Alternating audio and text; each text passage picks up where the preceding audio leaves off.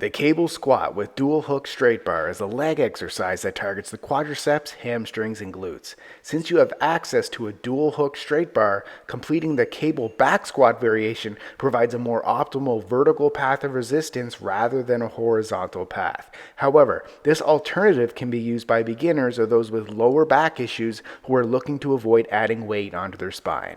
Here's how to do it correctly. Set both cable pulleys to the lowest position, then attach a dual hook straight bar to the pulley cables. While facing the cable machine, bend down to grip the straight bar with both hands using an overhand grip. Stand with your feet shoulder width apart, core engaged, shoulder back, and chest up. Push your hips back as if you're sitting into a chair while bending your knees. Your knees should track over your toes without collapsing inward. Lower your body until your thighs are parallel to the ground or as far as your flexibility allows.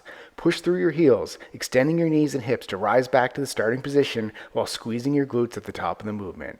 Maintain a neutral spine throughout the movement. Repeat for reps.